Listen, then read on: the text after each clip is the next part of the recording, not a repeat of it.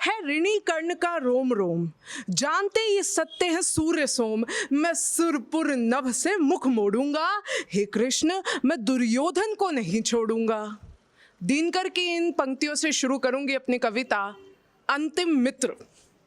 एक युग में ऐसा भीषण विध्वंस हुआ, संपूर्ण कुल का ध्वंस हुआ, विनाश की आंधियां घुलती जाती थी, कोई काली छप्पर वाली थी, मुंडों को पाटती जाती थी। और सत्य है अपनों ने ही अपनों पर शस्त्रों का डंका बजाया था, घर के भेदी ने ही लंका को ढाया था। वन वाहिनी कर्ण और पार्थ टकराते थे, फूटते थे, फिर ज्वालामुखी बन जाते थे, और रथ के चक्के के चक्कर ने सूर्य पुत्र को घेरा था। छट गया तेजस चहुं ओर, काला अंधेरा था। रक्त नीर में लिपटे कर्ण पीढ़ा से कर्राते हैं, अंतिम संदेश सुनाने को दुर्योधन को बुलवाते हैं। विद्युत पे सवार दुर्योधन युद्ध चीरते चले आते हैं, और मित्र की ये दशा देख घुटनों पे वे गिर जाते हैं। और ऐसे दृश्य अत्यंत दुर्लभ होते हैं कि मृत्यु बैठी हो फन फैलाए, और यहाँ दो दोस्त गले लग रोते हैं। हे सखा तुम ही से है ये तुझ कर्ण, तुम्हारा ही सरमाया है, तुम्हारे कारण ही तो रण में वीर कर्ण बन पाया है। विश्व विरुद्ध था मेरे कुल पर प्रश्न उठाया था, जाति पूछ रहे थे सब, मेरे कौशल पर अंकुश लगाया था। मैं एक था, मैं अकेला था, और मुझे नीचता की ओर ढकेला था। सियारों के झुंड में बस एक सिंह दहाड़ा था, आवाज उठाई मेरे हक में, बस वही तो मेरा सहारा था।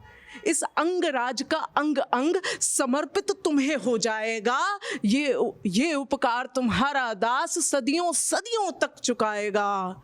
और मरण से अभय हूं, पर फिर भी मैं पछताऊंगा, अपने नैनों से तुम्हारा राज्य अभिषेक देख ना पाऊंगा। हे सूर्यपुत्र तुम मात्र मित्र नहीं, तुम मेरे प्राण हो। तुम इस बात से अनजान हो कि तुम कुरुवंशियों की शान हो। अरे मुझे भागे को तो वैसे भी कोई ना सुहाता था, ना समझ कहकर मुझे कोई समझ ना पाता था। अहो भाग्य है मेरे, तुम संग जीवन बिता मैं पाया हूँ, हार गया हूँ चहुं ओर से, बस सुखाता निभा मैं पाया हूँ। और निश्चिंत रहो बंधु, तुम्हारी ये मृत्यु व्यर्थ न जाएगी, ये अंतिम यथार्थ मित्रता है, इतिहास में दर्ज हो जाएगी।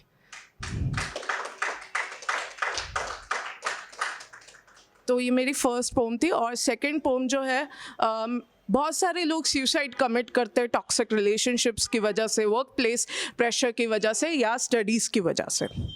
तो कविता का शीर्षक है सबर करो मेरे यार। सत्य है विपत्ति जब भी आती है कायर को ही दहलाती है, सूरमा नहीं विचलित होते, क्षण एक नहीं धीरज खोते, कांटों में राह बनाते हैं, विघ्नों को गले लगाते हैं। दिनकर की इन पंक्तियों से शुरू करूंगी अपनी कविता सबर करो मेरे यार। कसली है ना तूने फंदे की गांठें, इससे पहले तू चल बसे, सुनता जा मेरी कुछ बातें। मैंने पूरे इतिहास को खंगाला है और फिर ये निष्कर्ष निकाला है कि आत्मघात है परम पाप, भोगना पड़ता अनंत तक संताप।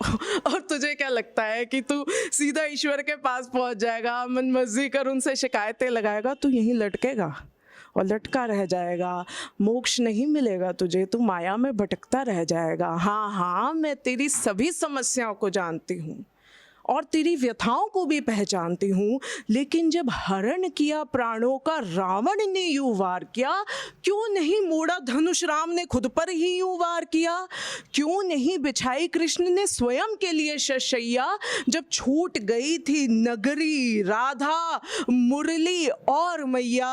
और जब नानक के पीछे लोग पत्थर लिए भागे, क्यों नहीं उन्होंने प्राण वहीं पर त्यागे? और जब गोविंद ने वार दिए अपने लाल, गुरु गोविंद सिंह जी ने अपने पूरे परिवार को युद्ध में पूरा शहीद हो गए थे वो, और जब गोविंद ने वार दिए अपने लाल, क्यों नहीं उठाई कृपान खुद पर? क्या उन्हें नहीं हुआ था मलाल? अपनों ने ही अपनों पर घात किया। अब बताओ इनमें से कितनों ने आत्मघात किया? तुम्हारी धमनियों में ये बहता रक्त उन्हीं की तो निशानी है। बोलो ना, तुम्हें किस बात की परेशानी है? और तुम ये जरा सी हवाओं से डोल रहे हो। मैं मरना चाहता हूं, तुम क्यों ये बोल रहे हो? अरे तुम तो वो दीपक हो जो आंधियों में जला करते हैं। मेरू पर्वत भी क्या लहरों से डरा करते हैं? मेरू पर्वत भी क्या लहरों से डरा करते हैं?